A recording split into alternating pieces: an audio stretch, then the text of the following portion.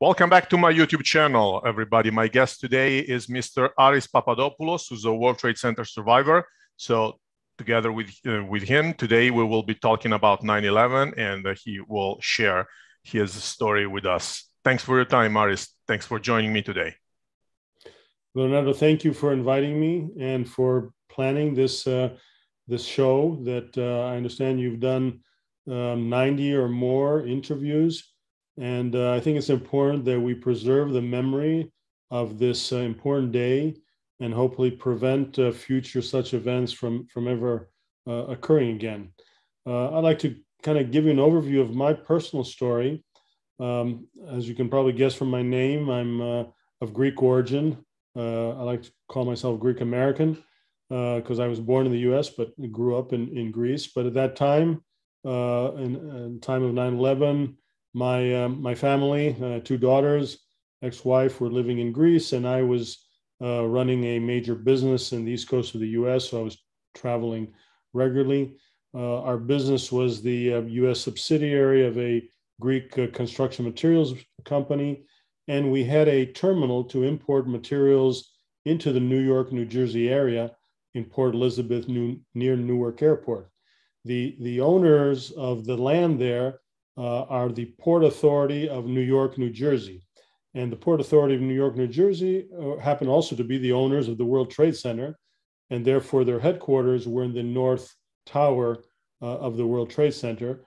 And at that time, we were renegotiating a renewal of our lease. We were going to modernize the terminal, and we were in the kind of final stages of negotiation, being handled by the local manager there, whose name I'll mention again later. His name was Takis.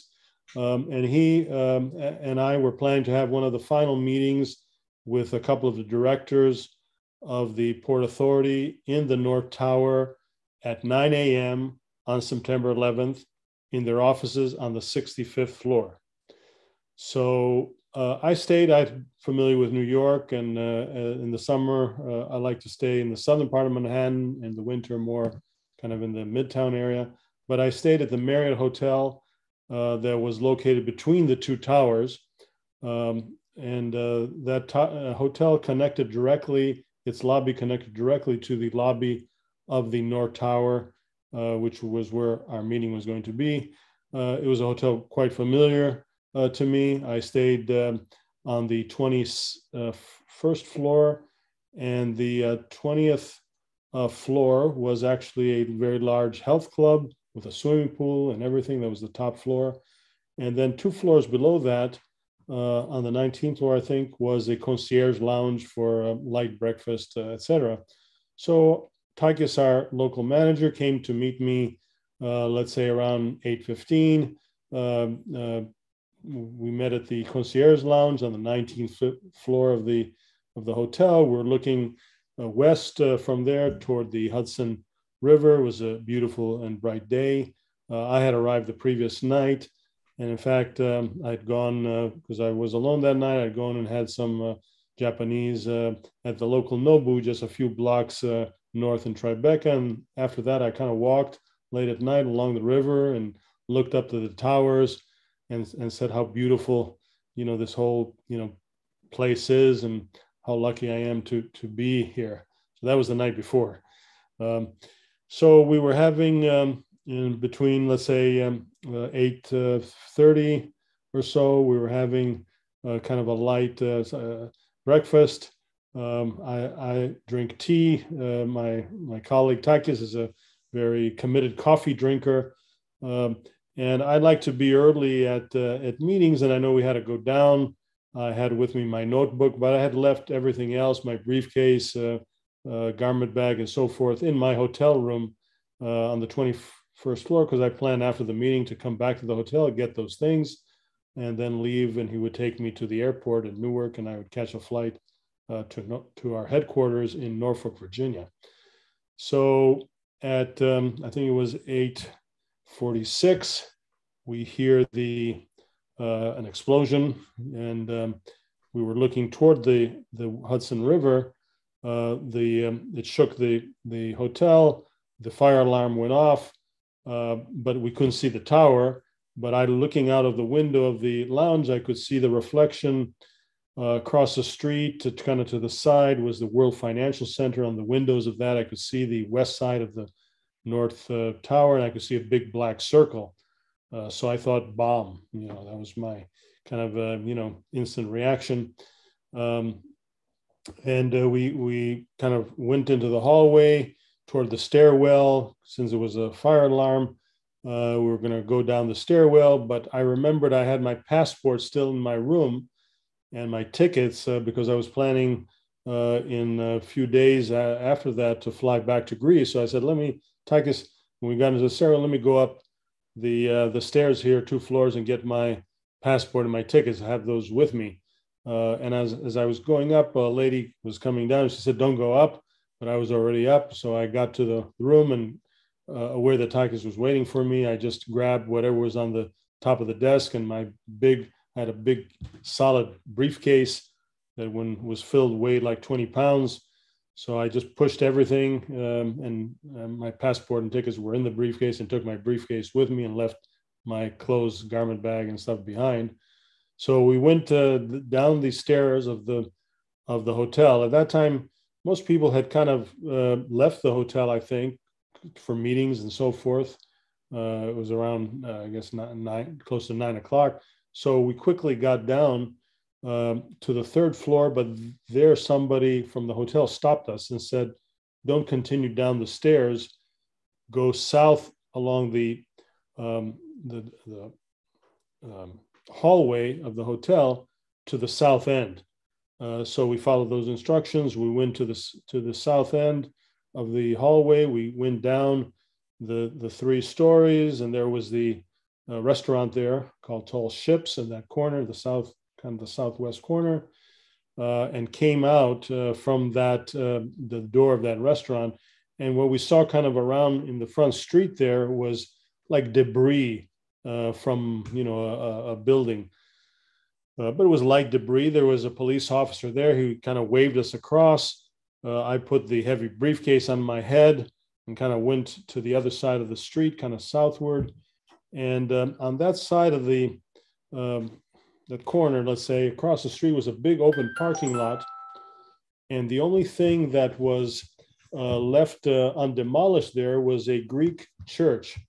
It was a church that had been built a century before for the sailors, called St. Nicholas Church. And it was still there. And I was familiar with that church because sometimes when I happened to be in that area on weekends, I would go to that church. It was like a small room, really, on a 3-story building. And I saw that church in front of me, and I made my cross, as we do in the Greek Orthodox, and I crossed the street. And from there, we stopped and looked back toward the towers, but we were looking kind of at the southwest side. So we couldn't see on the North Tower the big opening from the north and the east side. But I could see obviously smoke, and Takis, my colleague, wanted to call the people we were meeting and tell them we're not coming. And I told them, look, Takis, they're not waiting for us. They're probably evacuating themselves. And I said, let's move a little further away toward the river because I didn't want to be too close to the towers. My instinct was telling me to move away.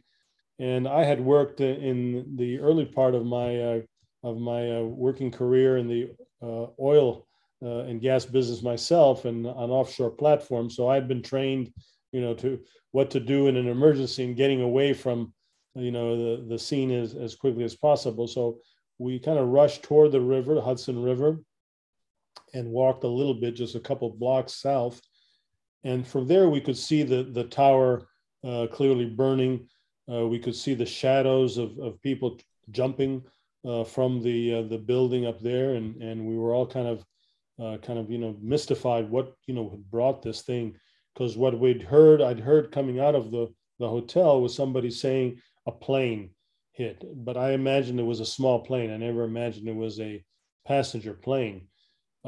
So as we were waiting there looking at that, we saw another plane coming from the south, and that plane kind of was headed toward the World Trade Center. And already there was like a couple helicopters around the World Trade Center. So, I was kind of wondering, where's that airplane going? Is it trying to get a view of the tower or what? And it kept going and hit behind a building, then came out on the other side and hit the South Tower, and a huge fireball. And essentially at that point, we realized this was not just a random accident. This was some kind of a crazy attack. And people, started, there were people around us there. They started shouting. They started, panicking. Already, even before that, when I was looking at the North Tower, I was kind of wondering, am I in a dream here? Am I awake? Is this really happening?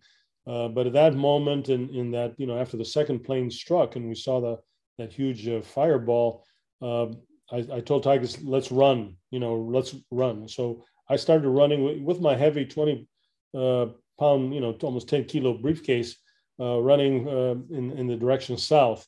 And there was a lot of people kind of, moving up and down. I stopped at some point at a kind of before I got to the south end at a location where there is a Jewish museum there, and was waiting and looking to see if Takis is behind me when I couldn't see him.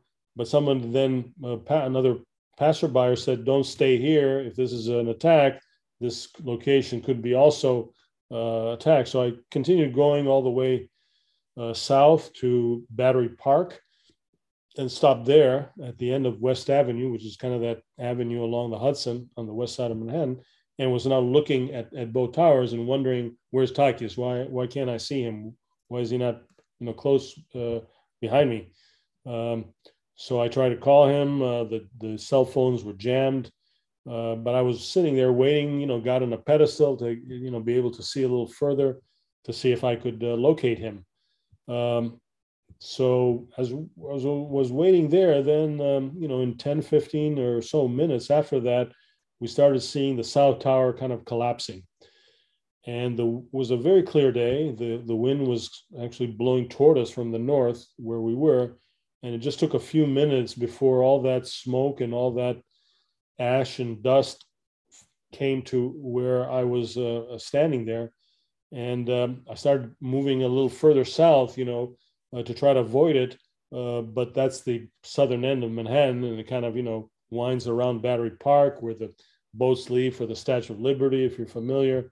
And the dust and ash was very thick. And at that point, I opened I didn't know what I should do. Should I jump in the river and swim?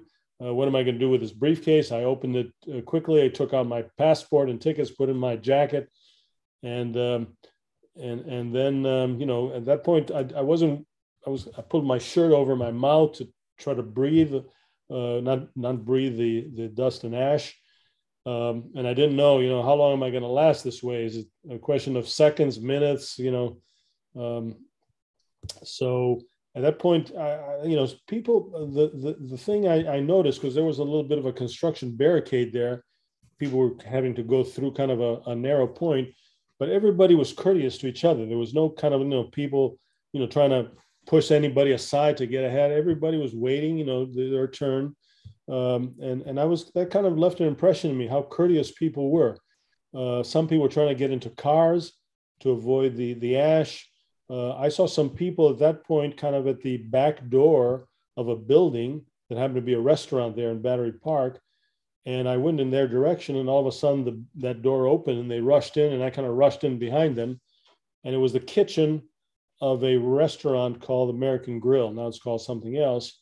So I got into the kitchen, I went to the sink, I washed my face with water. And the interesting thing is a couple of minutes after that, the water from the faucet turned brown because apparently, I guess some water pipes had broken as the tower had collapsed. So I stayed in the restaurant there. I was able to hook up my computer to my phone as in a modem, and was able to read about the collapse of the towers and the Pentagon, and send an email to our office in Norfolk and ask them to let my family in Greece know that I'm fine. But then the sky opened up again, let's say, after the first kind of dust wave went by, but then we heard another kind of, almost like a thunderous collapse. Tower, which was the first one that was struck, fell. And then again, the air became black and dark. So I was fortunately inside that restaurant.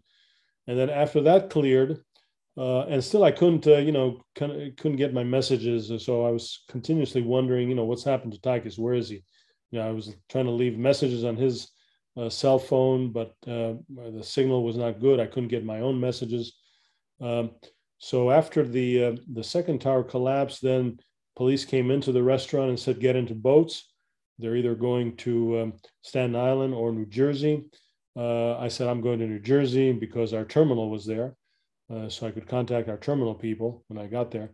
So I got on the small boat and started going across the Hudson. And from there, obviously, I could see the World Trade Center location, and the boat towers had vanished, and there was just kind of like a cloud of smoke where the towers would be. And still trying to understand where Takis is, trying to, what happened to him. So I get to the other side. They had already set up emergency kind of a response there. They had, asking people if they were injured, if they needed help. Fortunately, I wasn't injured. I didn't need much help. What I needed to get to is a payphone maybe, and found a restaurant a block away.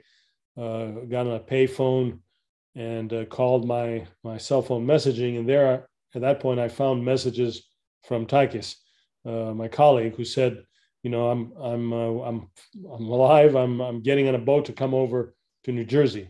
So somehow I was able to leave a message. I'll be at the pier waiting for you, and we met at the pier. Apparently, he had parked his car north of the World Trade Center. So in the initial commotion after the second plane hit, he went in that direction when I was going south because he wanted to go in the direction of his car, but he never got to his car. And in fact, his car was just totally destroyed because it was too close to the towers. But before he could even get to his car, he wanted to go to the bathroom. He went inside a bar to the bathroom. And when he came out, he saw everything was pitch dark. And so he stayed there until he evacuated by boat. So we contacted, we're very happy that we're both alive. We contacted the people at our terminal. In fact, they were unloading a ship from Greece, but the Coast Guard had stopped the unloading because of the events. And basically the people there were told, look, you can leave, but you cannot come back in. So we said, okay, just send one person, please, with a car to pick us up so that we can, Takis was living in New Jersey. I needed to find a way to get back to our head office in Virginia, but all the car rental places around the airport there, Newark, were stopped seizing. So the driver came, met us, said, let's just drive south. And about an hour south, we found a place where I could rent a car. And I rented a car. It was already like 2, 3 in the afternoon or later, or 4. So I started driving from there, from New Jersey, all the way down to Norfolk, Virginia, and the highways were empty. I even drove at a very high speed, and nobody was even on the roads. And I got to a big bridge there, the Chesapeake Bay Bridge. It was already nighttime. They wanted to check my. They already had kind of patrols at the bridge. They wanted to check my car and see if I don't have anything dangerous. I said, fine, I don't have anything. I'm just coming from the World Trade Center where I was. And the guy could open up his eyes and say, okay, go. Don't let me not delay you. So I got to Norfolk late. I got up early in the morning, went to our office. All the employees in the office, about 60, 70 employees were there. I gathered them. I said, look, this is what happened to us. I explained the whole story. So thank God we survived. But I said, we're in the construction, materials business. We shouldn't let this incident change our lives. We should continue our lives focused on what we do and contribute to the rebuilding of what's been destroyed. That was kind of my direction. Don't let this incident change what you're meant to do. Anyway, in the nights that followed, in the weeks, and I got back to Greece then when they reopened the airport 10 days later to travel. And but in those weeks and months after that, two things kind of one is our brain is like a tape recorder sometimes, records things subconsciously. So subconsciously I recalled the high-pitched sound of jet engines in the seconds before the first plane struck the tower. So that kind of replayed in my brain, that high-pitched noise. I said, yeah, I heard that noise in the seconds before. And the second thing is in that moment that I was covered in dust and put my shirt to breathe and not knowing, how long I could stay breathing that way. The thought in my mind was, is this how it all ends? Is this how everything, in this world ends? And that kind of, that thought, kind of asking myself, why was I thinking that? What was, I'd been, all my life pretty much a dedicated person to what I was doing, a good child to my parents, a good student at school, a good, employer and an employee, and a good father and husband. But, I kind of wondered had I not, done something that I needed to do, before my life was to end, and that kind of, was a thought in my mind. We met months later with the two directors who were going to meet from the World Trade Center, the Port Authority. We didn't meet obviously in the World Trade Center. We met across the river in New Jersey near our terminal, and they told us what they'd gone through. But I learned a couple of things that I didn't know at that time. One was that when the first plane hit the tower, the North Tower, a lot of the fuel from the airplane, and this airplane was full of fuel because it had just taken off, from a neighboring city. A lot of that fuel didn't explode all at once, but drained down the elevator shafts and exploded in the lobby of the North Tower and into the lobby of the hotel.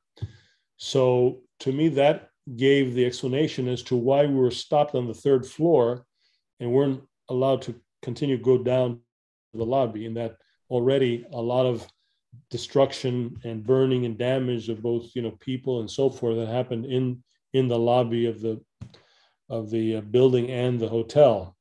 And so we were very, very lucky that we weren't even there in the lobby at that point in time.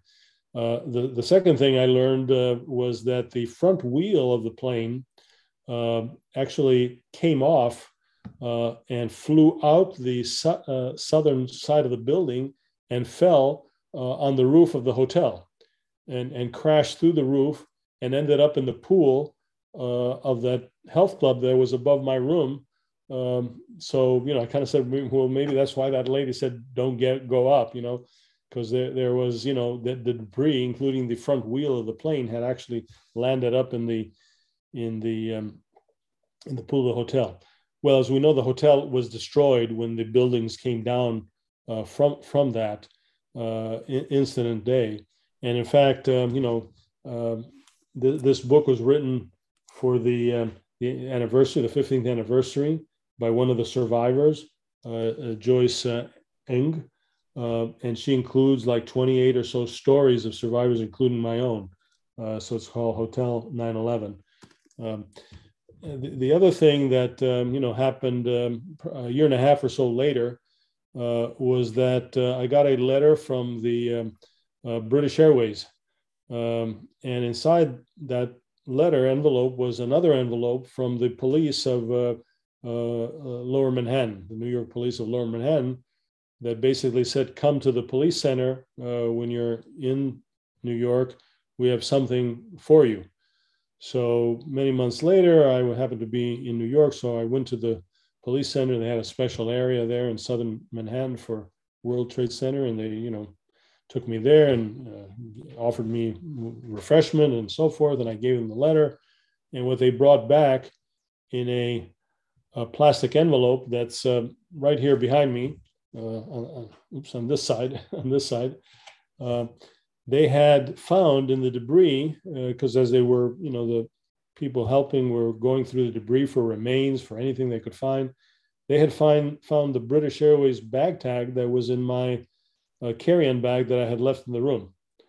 And it was crumpled, but they could see the number. And obviously the people at that time didn't know, what they were finding. Was it somebody who, lost their life there? Was it somebody who survived? So, they cataloged it and they, but then the, other people, I guess, traced me through British Airways. And, there it was. They gave it to me in this plastic evidence envelope that you see behind me here.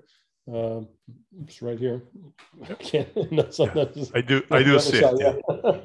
Because in these screens, sometimes you're looking at the backward side, so I kept it in that envelope there for almost a year. I didn't take it out. And then when I happened to be in New York on a later trip, I bought this poster that you see behind me of the World Trade Center. And I had a couple of memorabilia. I had here still in my briefcase the statement from that morning, which is here, showing that I was there and I was checking out, that they leave under your door. I had the key, and this is the key to the room, which has the World Trade Center emblem on it. And I had this envelope, and I even had a little chocolate wrapper with the World Trade Center picture on it. So at that point, I said I'm gonna frame all this together, and I hadn't opened the plastic, evidence folder, but when I opened it and I touched the bag tag, that British Airways bag tag, it was like a feeling of electricity running through my body. The sense of like an electric current running through me. I just, and so I assembled all this, and I had it in my business office, but since retiring, I have it in my personal office, and this is a picture of it behind me here. So I put all this together. The other thing that this affected my life, and as I mentioned, I was kind of thinking, what was this thought in my mind? Is this how it all ends? So I started looking at the world in a different way. I had been involved in construction materials, and I started looking at buildings. I started looking at homes. I started looking at communities, and asking, how vulnerable is this building, this house, this structure, this community? What would cause it to fail more than I ever did before? And I happened by chance then, almost a decade later, to meet the head of the United Nations Office for Disaster Risk Reduction. It was a global compact kind of event in New York that our company was a member of, and the representative from Europe could not attend, so they asked me to attend. And even though I was not a big fan of the UN, we struck a common chord in disaster prevention. And she invited me, Margareta Wallström. She was an undersecretary of the UN at that time. She invited me and said, I'm trying to put together some business people to advise us on how we can approach this big issue of disaster risk reduction. Would you like to join us? Just be a dozen or so people. And I said, okay, to myself, I said, I'll give it a try. Why not? Well, a year later, I became chairman of that group and was chairman for 2 years, and served on its board for 10 years. And now it's a global group of 700 or more companies. In fact, I think Enel is a member too, through the Enel Foundation. So it's called Arise, ARISE, and I learned, even a lot more about, disaster prevention and so forth. So I saw my direction in life kind of more and more in that direction. And then after the big economic recession we had in 2007, 2008, 2009, I started saying, maybe I need to be doing something different. Yeah, I've built a very successful business here.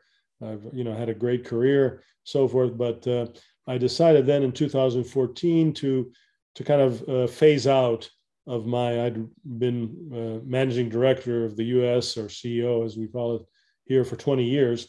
So I said, I'd like to kind of phase down and, start getting involved in some other things that I have an interest of. And the company was very willing to, work with me on that.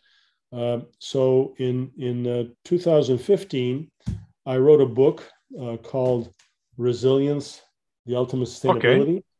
Yeah. It's available, from Amazon, from other book sources. Also has been translated to Spanish. And it's also available as an audiobook in English, in the English version. And basically there, I wanted to document my experience in the construction world, where more I looked, the more I realized that we're not building our homes, our communities, to survive. We're not building to survive, and that vulnerable development is legal, it's profitable, and the consumers really don't know the difference. So that kind of started, preoccupying me. So one reason I wrote the book, I created a nonprofit called Resilience Action Fund, which essentially benefits from the book and publish the book, but also to engage in many more other activities around public awareness. We also have a UK-based international nonprofit called Resilience Action Fund International. And so I became very much engaged in that. Florida International University, I settled in Miami. It was our biggest business center. I settled here to retire, but I still spend 3 months or so in Europe, particularly in Greece. But the Florida International University here invited me. They had an umbrella institute called the Extreme Events Institute.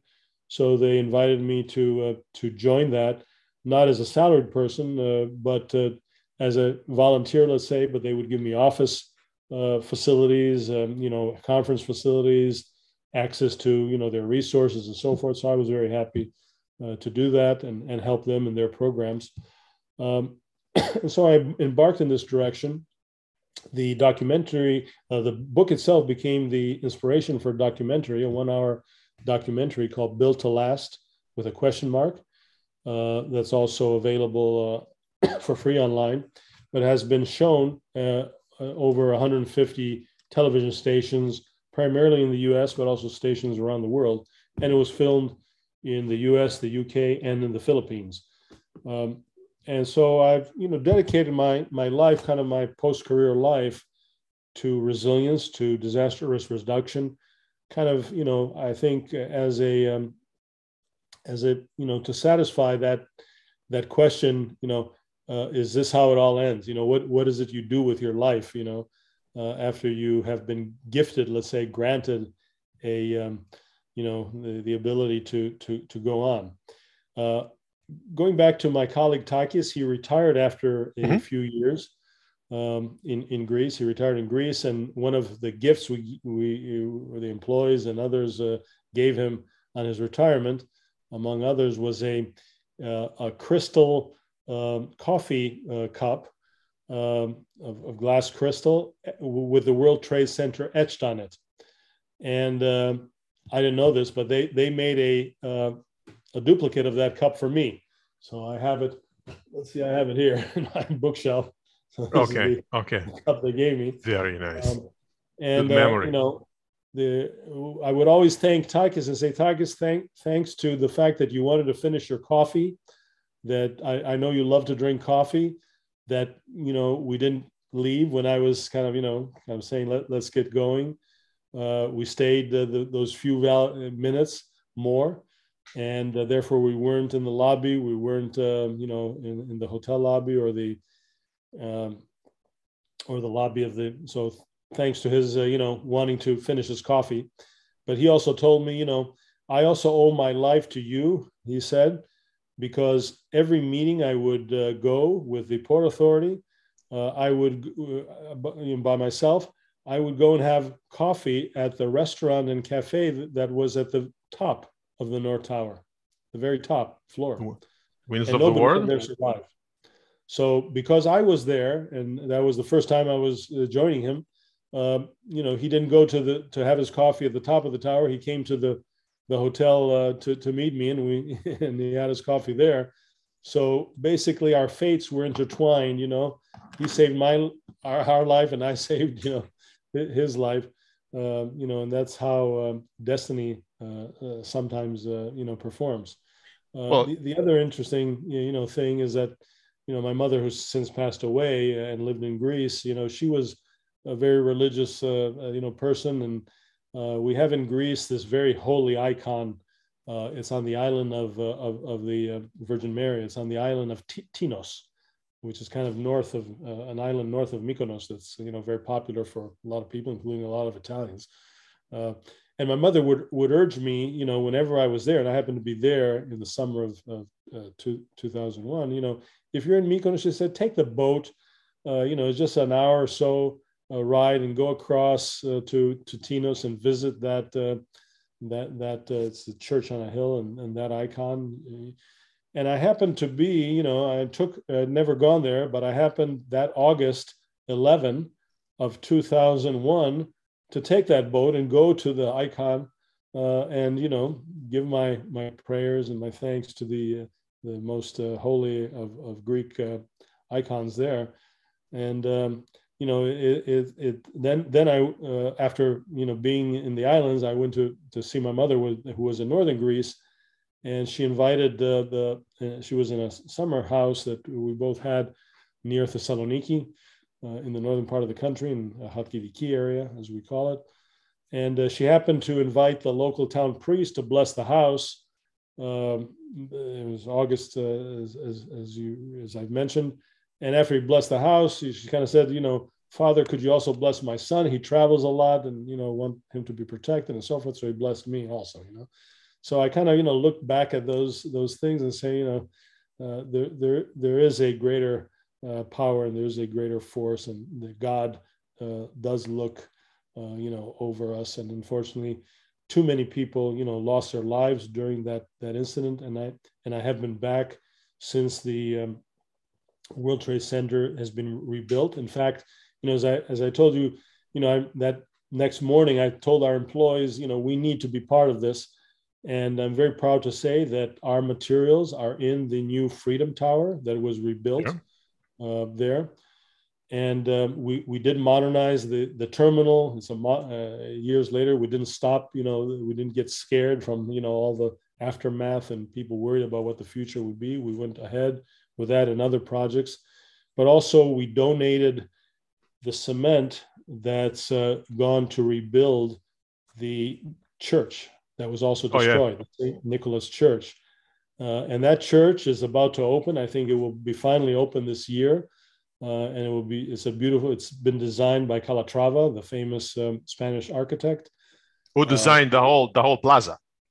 He's also the designer of the He designed the plaza too, yeah.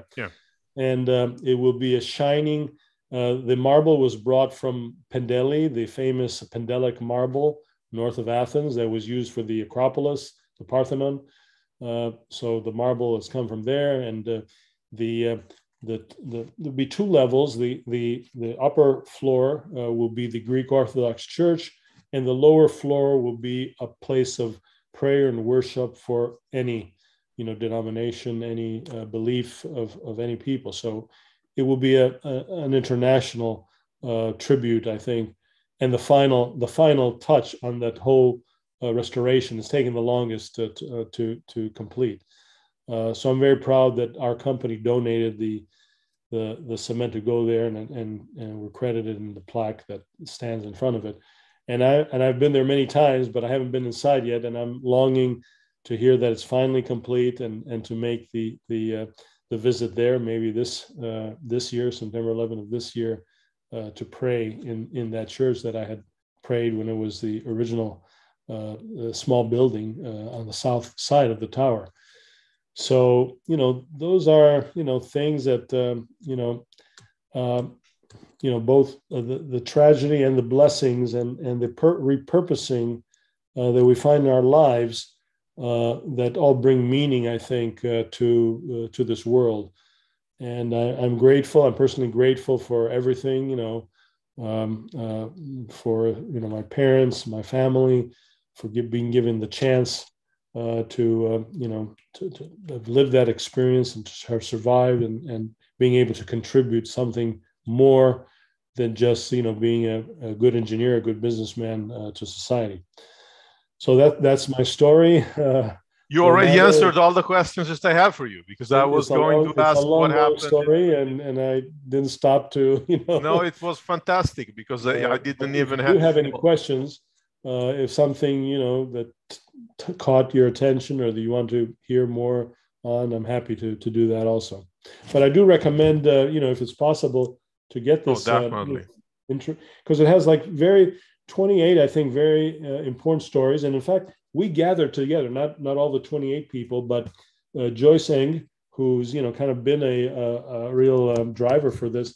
She gathered us on that 15th anniversary, and we kind of met the noon before at a restaurant nearby, and each of us kind of talked about our experiences. And some people had seen each other before that, but I was there.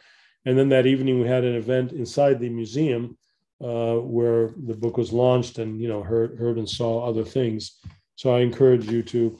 And in fact, there's an interesting, in addition to the story of the people, there's an interesting story about the one police dog that was there in the searches and everything, on that day, and probably helped people. But unfortunately, that dog lost its life. So there's a story about that one dog. Is the only dog that lost its life, from what I'm told, in 9/11. So the story of that dog is also in this book. So quite an interesting human, but also bigger story.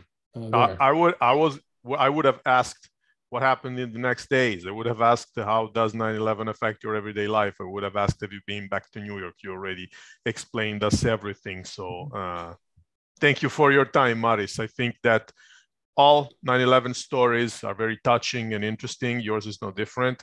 As I mentioned at the beginning of the interview, I made more than 70 interviews for my blog called 11 Settembre, which is the Italian spelling of September 11th.